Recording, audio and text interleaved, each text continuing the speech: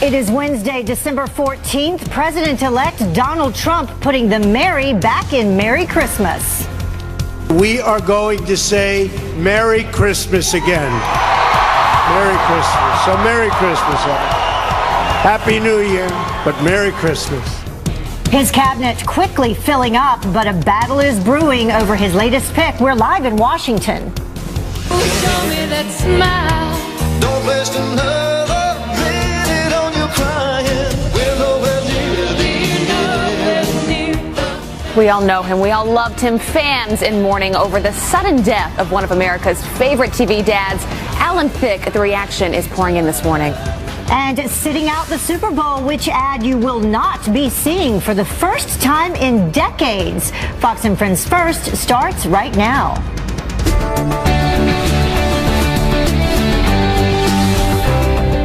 It's a beautiful day.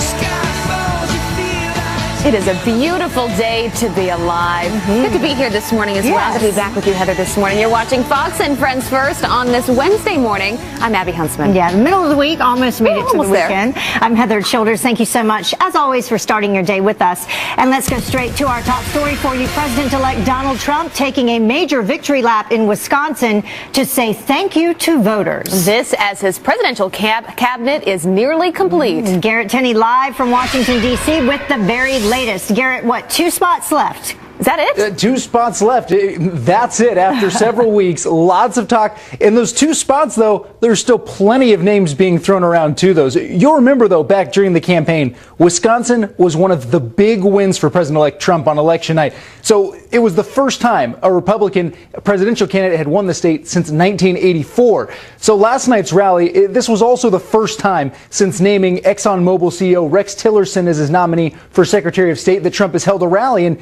he said, while there's already been signs of pushback on that pick, even among Republicans, that Tillerson is going to play a big part in his administration in making America great again. And people are looking at this resume, and honestly, they've never seen a resume like this before. Rex will be a fierce advocate for America's interests around the world and has the insights and talents necessary to help reverse years of foreign policy blunders and disasters. Fox News has also learned from sources close to the transition that Mr. Trump will announce 2 other cabinet selections in the next several days. Former Texas Governor Rick Perry is expected to be nominated as the Secretary of Energy, a department he once said he would get rid of if he were elected president. And Montana Republican Congressman Ryan Zinke is expected to be nominated for Secretary of the Interior. After that, Mr. Trump will still have 2 cabinet seats remaining, Veterans Affairs and Agriculture. Later today, the president-elect will be holding a bit of a tech summit at Trump Tower with some of the biggest names in technology, including Tesla and SpaceX's Elon Musk, Apple's Tim Cook, Jeff Bezos of Amazon, Sheryl Sandberg of Facebook, and Safra Catz of Oracle. Busy day ahead for Mr. Trump, and still, as we mentioned, 2 cabinet seats left for him to name. Heather and Abby? We'll be on the edge of our seats, still waiting for those final 2 spots. Lots of people in and out yesterday. Yeah. Thank you, Garrett. Thank you. You got it. Well, a confirmation battle may be brewing over Mr. Trump's pick of Rex Tillerson for Secretary of State. Florida Senator and former presidential candidate Marco Rubio expressing, quote, serious concerns over Tillerson's relationship with Russia. Secretary of State should be someone who is, quote, he says, free of potential conflicts of interest, has a clear sense of America's interest, and will be a forceful advocate for America's foreign policy goals. But former Secretary of Defense Bob Gates is praising Mr. Trump's nominee, saying Tillerson would bring, quote, vast knowledge, experience, and success in dealing with dozens of governments and leaders in every corner of the world. And with future Secretary of State Rex Tillerson facing an uphill battle on Capitol Hill, Laura Ingram, editor-in-chief of LifeSet magazine, says that it will be good to bring in a fresh face from the business community to deal with Russia. I'm not sure how much of a fight it's going to be. I think it's quite something to hear from Senator Corker talk about the flirtation between Tillerson and Putin when, first of all, under the Bush administration, I remember those gauzy videos captured with Putin and President Bush at the ranch and kind of the cowboy duds and, looking into his soul and seeing deeply into it. And, of course, the failed Russian reset on behalf of Hillary Clinton's efforts with the former Soviet Union. And then, of course, Barack Obama's telling Sergei Medvedev that he'd have more flexibility after the 2012 election cycle. So there seems to be there was a lot of attempt to get closer to Russia. Well, there's also this morning, the debate over whether or not Russia hacked the election is not slowing down. The top U.S. spy agency says there is no evidence to back up the CIA's report, but defeated Democrats, they are still not giving up. Patricia Stark is following the latest developments on this. Patricia, good morning. What is the latest this morning? Good morning, Abby and Heather. Well, this takes counterintelligence to a new level. First, it was the FBI who disagreed with the CIA. Now the Office of the Director of National Intelligence is not on the same page. The ODNI, led by James Clapper, oversees the entire intel community. The agency doesn't believe there is conclusive evidence yet to prove Russia wanted to help President-elect Trump win. Now, while those agencies battle, Democrats want answers. Senator Harry Reid says election hacking is a big deal, as big as Watergate and 9/11. He is now calling for a 9/11 type commission panel investigation. Reid's colleague, House Minority Leader Nancy Pelosi, also wants a full probe. Even if it didn't succeed, even if Hillary Clinton had won, it's still very important for us to have an investigation. I prefer an outside, bipartisan commission to review it. But James Woolsey, a former CIA director and senior advisor to Mr. Trump, is firing back. He says it's not about the source of the hacks. It's the fact that government systems and information aren't being hacked, period. But we're learning this morning that this whole scandal may have started with a typo by the Clinton camp. Those details in our next half hour. Heather and Abby. That's an interesting little anecdote there. We'll wait for that one. Yeah. Thank you, Patricia. Thanks, Patricia. Well, heartbreak and shock rocking Hollywood. Sad news to wake up to this morning. Actor Alan Thicke, best known as the iconic dad on the 80s sitcom Growing Pains, has died. Show me that smile. Don't waste another minute on your crying. We're nowhere near the end. Well, Thicke reportedly had a heart attack while playing hockey with his son. In addition to acting, Thicke is also remembered as an accomplished songwriter and composer. Among his work, the theme songs for Different Strokes and Facts of Life, Alan Thicke was just 69 years old. So sad. We all just loved him, didn't we? He was such a good actor. All right, well, to the story now. I'm a Goner. The dramatic final moments from the crew of the doomed cargo ship El Faro. It was heading into the Hurricane Joaquin in the Atlantic last year. Transcripts revealing that the first mate requested several times to divert around that storm, and the captain's fatal decision to stay the course. All 33 crew members on board the ship from Florida to Puerto Rico were killed. And 5 Marines lucky to be alive after crashing into shallow waters off the coast of Japan. This video showing the mangled pile of wreckage and debris near Okinawa. What all happened during a training exercise, but no word on what exactly went wrong there. The Marines all airlifted to the hospital. And this comes just 1 week after a Marine pilot died in a crash in that same area. Well, congratulations are in order this morning. Abby Huntsman named the new co-host of Fox and Friends Weekend. Aww. Of course, Abby, you've been here and on the Kirby Couch for a while now, but now we are making it official, and you'll join the team, Fox and Friends Weekend, as they celebrate their highest rated year in network history, by the way. We'll certainly miss you here, but glad that you're staying part of the Fox and Friends family. I love being here with you, Heather. So thanks so much. I'm excited for this new adventure, new chapter. But I love our audience, and I love the Fox and Friends family. So. Yeah, and a big outpouring of support online as well. So nice of everyone. We have such a great audience, don't we? We do. So many friends out there. Thank you so much. All right, well, the time is now almost 10 minutes after the hour. 6 officers shot in Georgia in just 6 days. Shots fired! Dispatch, shots fired!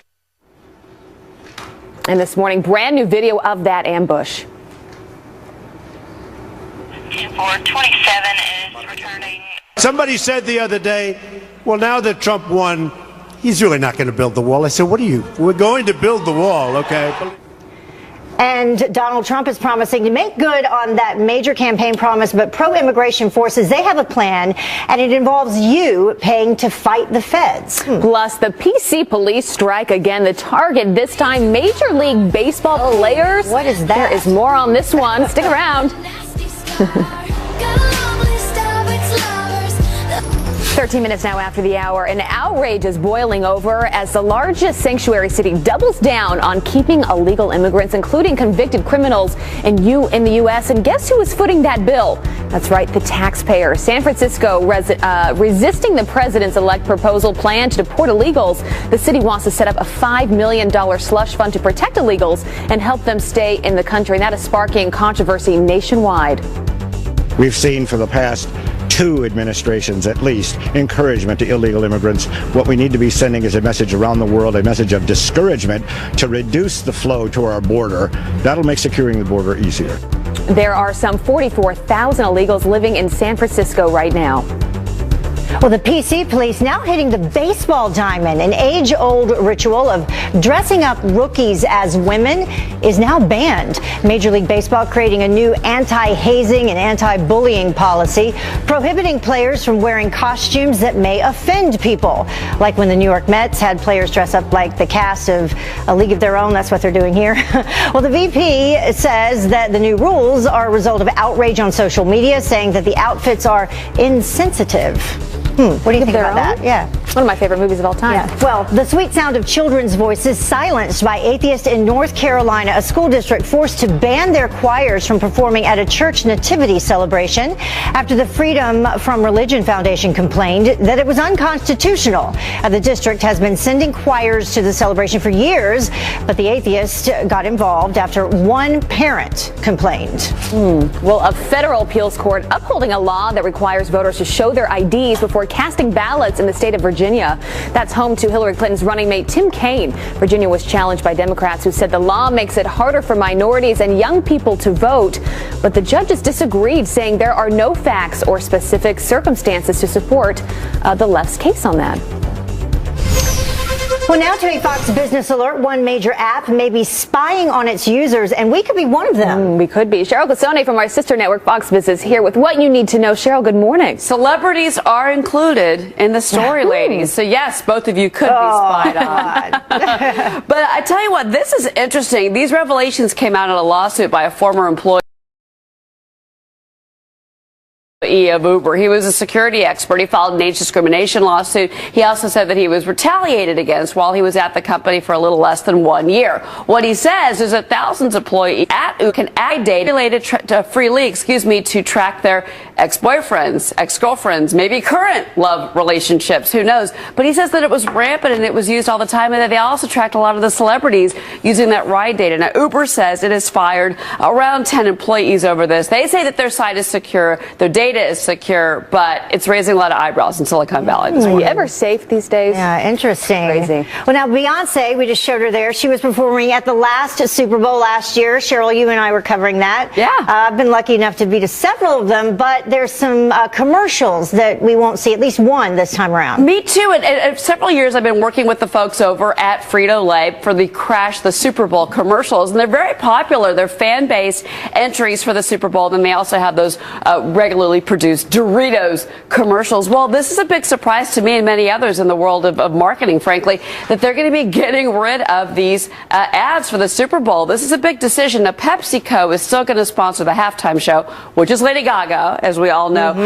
But also we've seen some other companies say it may not be worth the money. GoDaddy pulled out last year, and then also this year, Toyota says they're not going to be running ads in the Super Bowl. They're rethinking how they want to spend that money. It's a lot of cash for this. How much is it this year for like 30-second ad? We don't know yet, but usually it's anywhere from $500,000 up to $1 million, up to maybe $2 million, depending on where your ad is placed during the game. Especially if it's not a great game, you want to be in the first half. All right. Well, if you don't want to spend any money, Cheryl, Dunkin' Donuts, you can get some free coffee. Well, I am a little cheap. That is true. I freely admit that. Yep, free coffee at Dunkin' Donuts. Now, not all Dunkin' Donuts participating locations are involved in this promotion, but 15,000 free medium coffees are going to be handed out at Dunkin' Donuts across the country from now through December 23rd. Now, you have to go to the website and check it out. So I did, of course, to find out. New York not included today. But today there are locations in St. Louis, Nashville, and Springfield, Massachusetts, and it changes every day. Now, each location is only going to give out so much coffee, so you probably have to get there early if you want free. Something that we definitely are familiar with on this shift. A lot of coffee. Too much coffee. All right, thank you, Cheryl. Thanks. The time is now almost 18 minutes after the hour. And playing the blame game, President Obama taking aim at Donald Trump for Russia's email hacks.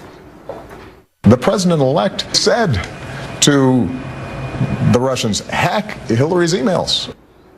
But was it really the Clinton camp's fault how just one typo exposed them to the hackers? And trying to cut down your cooking time, well, how about the 1 second, we promise 1 second slicer. Really? Does 1 that second. Are you tired of slicing and dicing by hand and bulky slicers that clutter your countertop? Stop. Introducing 1 second slicer.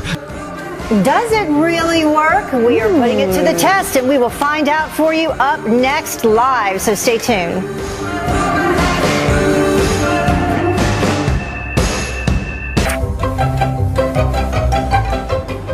Well, all week long, we've been putting the as seen on TV products to the test. Are you tired of slicing and dicing by hand and bulky slicers that clutter your countertop? Stop.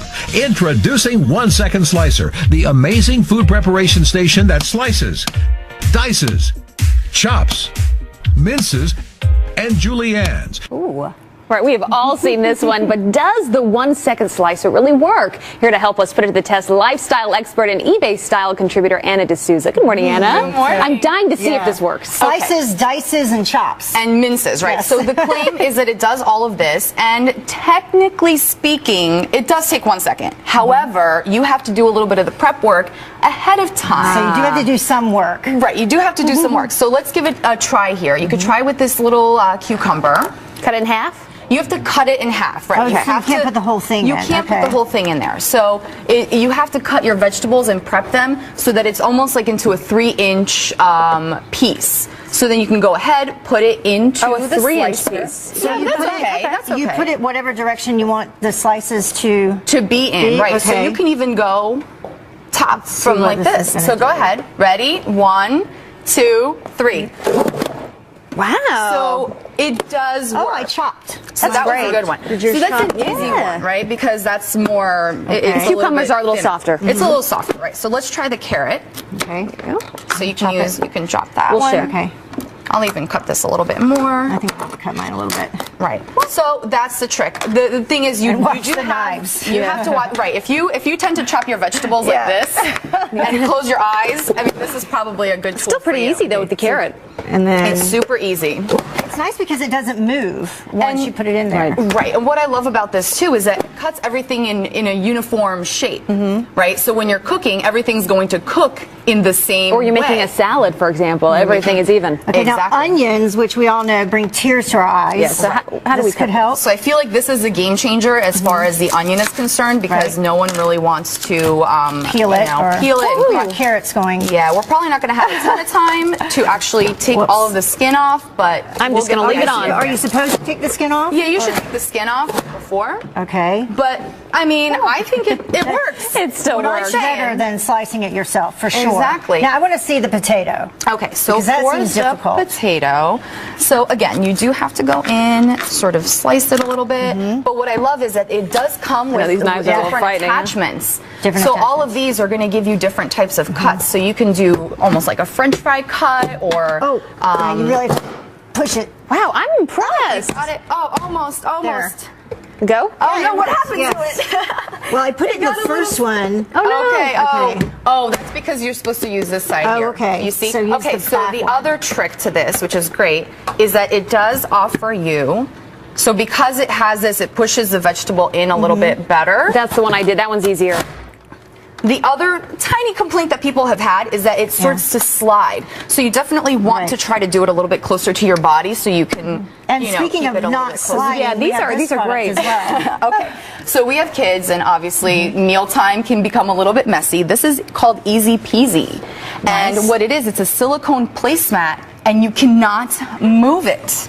You really can't. This could be good for adults too, not because just kids. there are corn pops in here, which obviously, if you could move it, they would go all over the place. Right. I mean, I guess you could still grab the corn pop and throw it. You know, you could still throw it. Great. So how do you wash this? Just throw it in the dishwasher? This is actually dishwasher safe. You can pile one on top of the other. It's microwave safe too. But the funny thing is that I was, reading reviews, and you just can't let your children see how you pick it up, how you have to. Oh, because they'll learn. Once they see it, then they're able to pick it up. I thought that was pretty funny. They can still pick up the food out of the little container. But at least there won't be bowls. But you could also take this to restaurants, which is really nice if you're like in New York. Idea. Yes, the tables are so dirty. Well, thank you so much, Anna. We appreciate it. It really works. Great Who knew? All of them. Yes. And don't miss tomorrow. We're going to try out the My Pillow. We are. That is what I'm dying to try too. We'll see how that one plays out. Well, the time now is about 1:30, the top of the hour, almost. And there's some bombshell new evidence in a case that has captivated the country for decades. The brand new DNA testing that uncovered new clues in the unsolved murder of John Benet Ramsey. That is coming up. I fell into a burning ring of fire.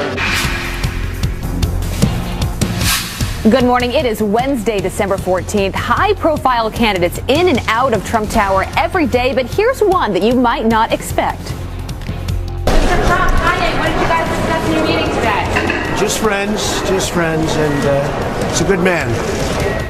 Yes, that is Kanye West. What is he doing with our president-elect? We are live in Washington. And deep freeze, 100 million Americans bracing for sub-zero temperatures as a woman and her dog underestimate the dangerous ice and the weather warnings now across 14 states.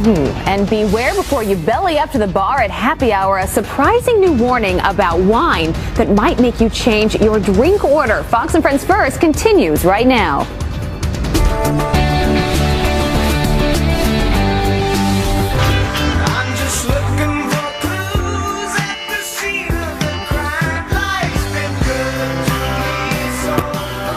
Good morning to you. You are watching Fox and Friends First on this Wednesday morning. Made it halfway through the week. I'm Heather Childers. We're almost there. Good morning to you. I'm Abby Huntsman. It's currently 30 after the hour. And this is where we begin. President-elect Donald Trump taking a major victory lap in Wisconsin to say thank you to the voters. This as his presidential candidate or cabinet is nearly complete. Garrett Tenney live for us in Washington, D.C. with the very latest. The countdown now down to 2. Yeah, good morning. Yeah, 21 down and only 2 to go until President-elect Trump has completed his cabinet. After that, you could say the real work begins, as there will still be 4,000 other jobs that need to be filled for this next administration. Yesterday, Mr. Trump officially announced the most contested seat of his cabinet, though, naming ExxonMobil CEO Rex Tillerson as his nominee for Secretary of State. Already, Democrats and even some Republicans are criticizing the pick because of Tillerson's close ties to Russia and President Vladimir Putin. Last night, though, in Wisconsin, Republicans were fully behind the president-elect at his thank you tour rally at the Wisconsin State Fair Exposition Center, with Mr. Trump telling the crowd America is going to start winning again. We're going to win so much, you're going to go to Paul Ryan, you're going to go, Mr. Speaker, please, please. We can't stand winning this much. They just can't take it anymore. I say, Paul, I'm sorry. I'm sorry. You have to go back and tell them we're going to keep winning and winning and winning, whether they like it or not. Fox News has also learned from sources close to the transition that Mr. Trump will announce 2 other cabinet selections in the next several days. Former Texas Governor Rick Perry is expected to be nominated as the Secretary of Energy, a department he once said he would get rid of if he were elected president. And Montana Republican Congressman Ryan Zinke, who serves on the House's Natural Resources Committee, is expected to be nominated for the Secretary of the Interior. After that, Mr. Trump will have only 2 cabinet seats remaining: Veterans Affairs and Agriculture. Later today, the president-elect will continue his outreach efforts among business leaders and will be holding a tech summit of sorts at Trump Tower with some of Silicon Valley's biggest names, including Tesla and SpaceX's Elon Musk, Apple's Tim Cook, Jeff Bezos of Amazon, Sheryl Sandberg of Facebook, and Safra Catz of Oracle. Heather Nabby? Interesting. Following Bill Gates, who was just there yesterday, he said they were talking about innovation. So we'll see. Yeah, maybe an announcement as soon as today. We'll stay on that. Thank you, Garrett. Thank you, Garrett. You got it. And speaking of guests at Trump Tower, a surprise guest turning heads at Trump Tower yesterday, rapper Kanye West, dropping by for a half-hour meeting with the president-elect. Hey, what did you guys discuss in your meeting today? Just friends, and he's a good man. Did you Doing discuss well. possible Long cabinet time. positions? We've been friends for a long time. You guys discussed the inauguration? Life.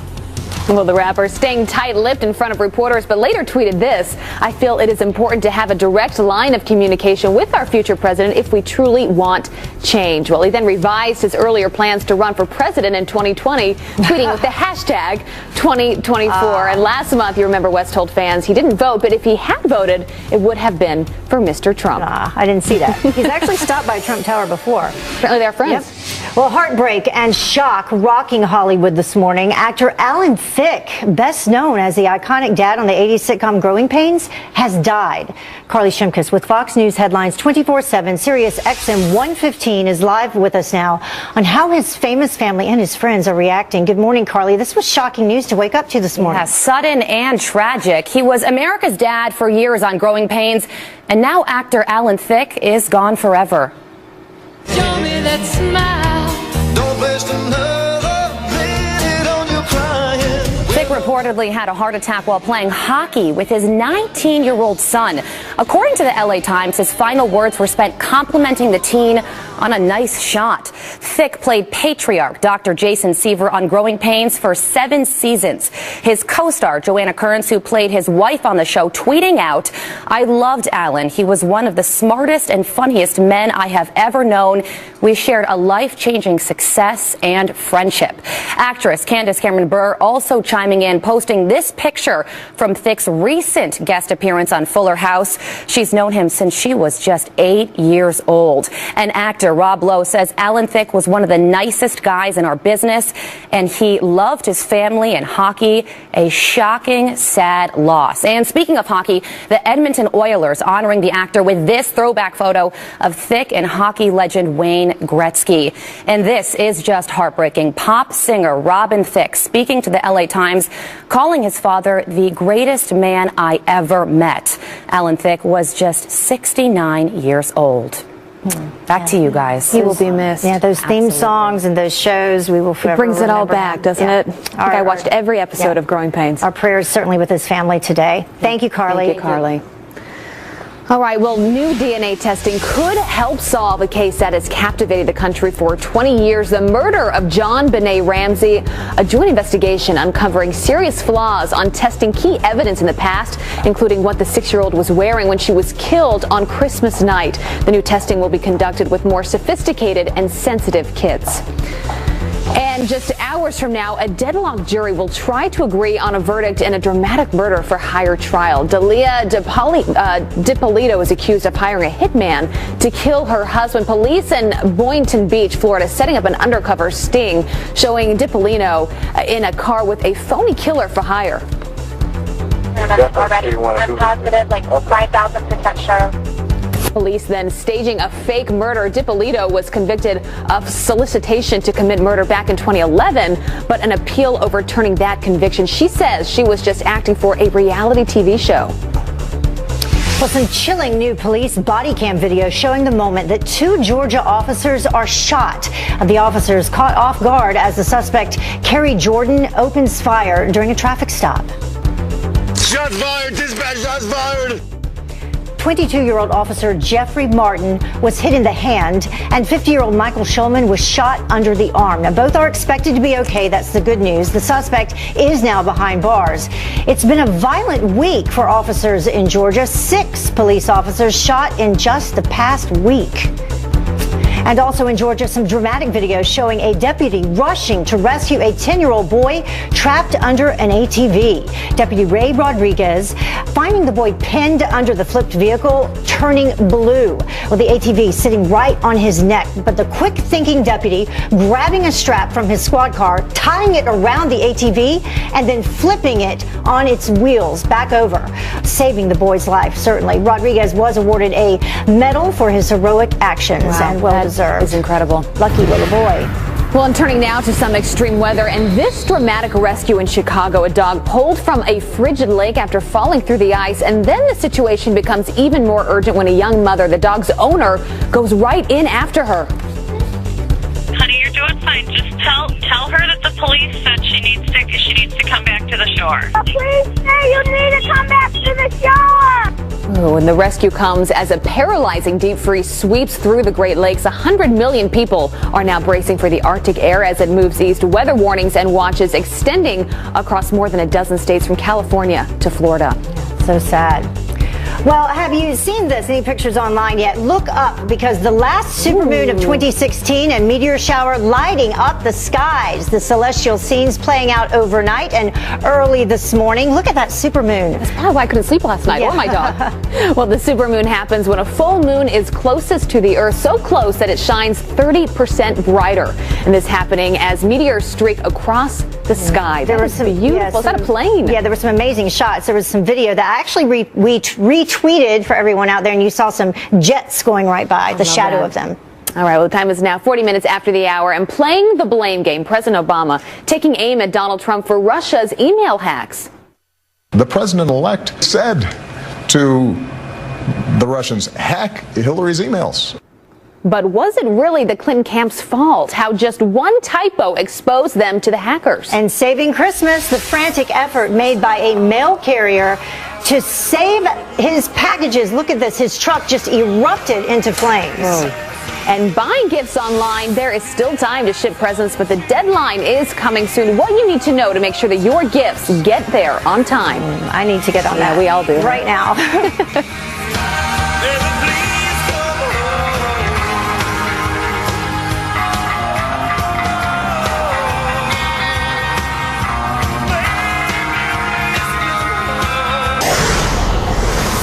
Welcome back to Fox and Friends. First, a Fox News alert for you. ISIS terrorists buying an arsenal of military-grade weapons on an industrial scale. That's a quote. The alarming new report, it is just out. It says extremists are manufacturing and stocking explosives, rockets, and drones in bulk.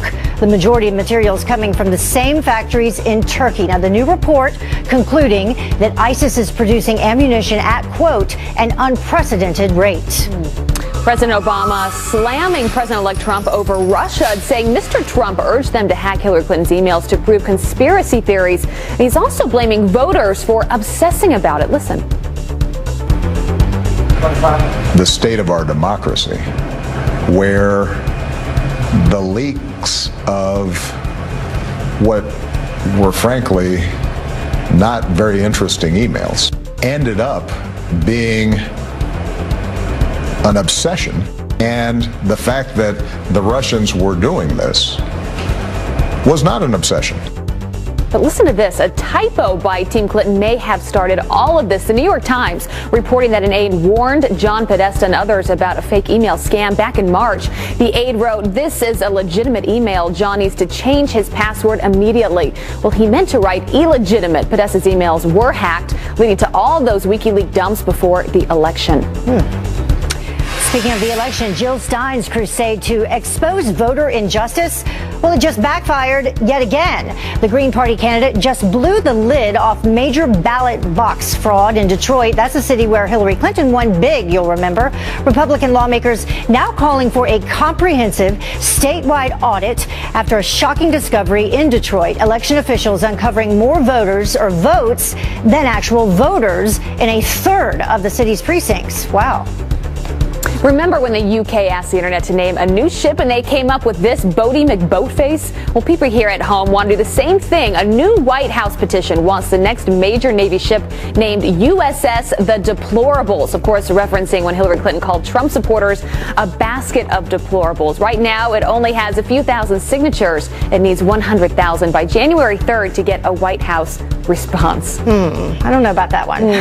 But let's check in with Steve Doocy to see what he thinks about that and what else is coming up on Fox and Friends. Good morning, Steve. Good morning. Good morning to you, ladies. Yeah, coming up on Fox and Friends, Congressman Sean Duffy of Wisconsin was on the stage last night before Donald Trump, the president-elect, had his thank you tour. There's Sean right now. What was that like? We're going to ask him when he joins us live, along with his wife.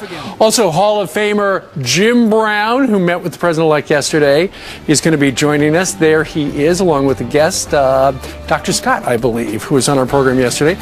And Hercules himself, Kevin Sorbo, is dropping by. So we got a busy 3 hours. Kicks off 14 minutes from right now. I love right it. Here on the channel you ladies trust for your morning news. Not Kanye West, though, this morning, huh? It's not coming on over?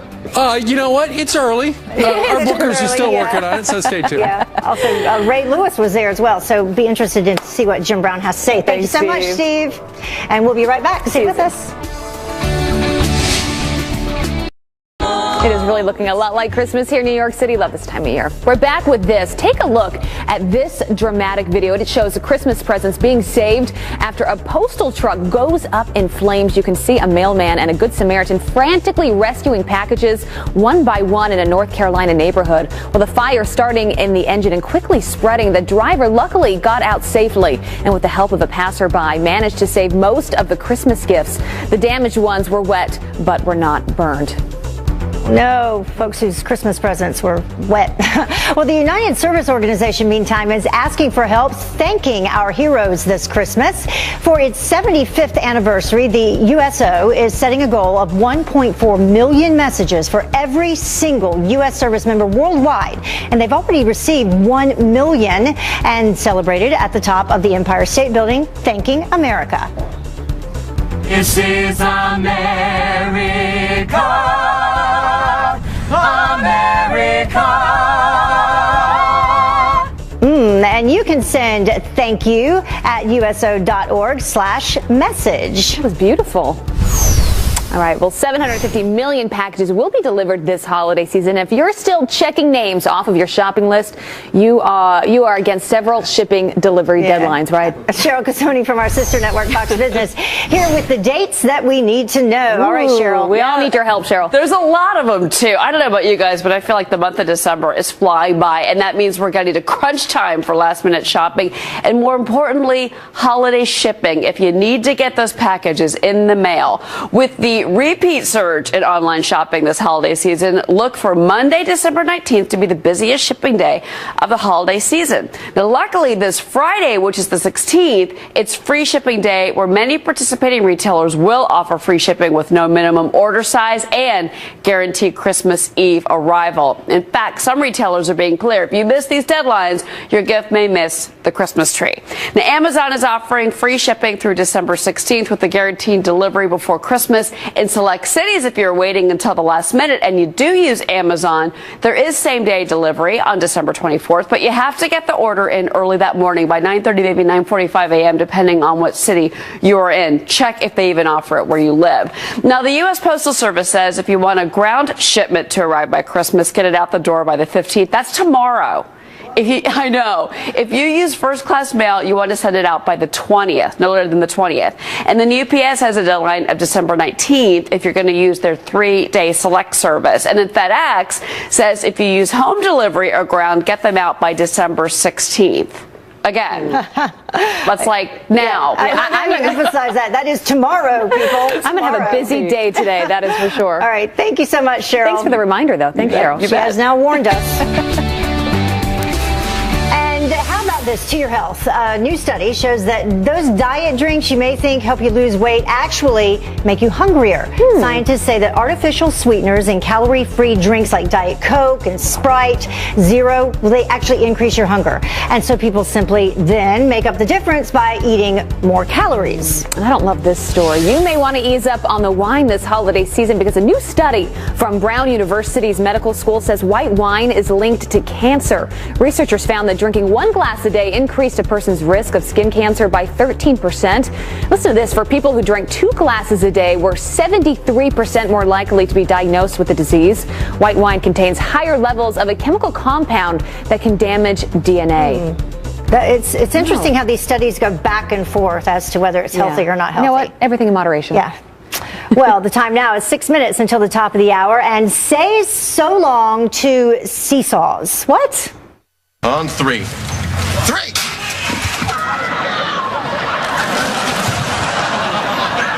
Oh, come on. Why the feds are now taking aim at the popular playground toy.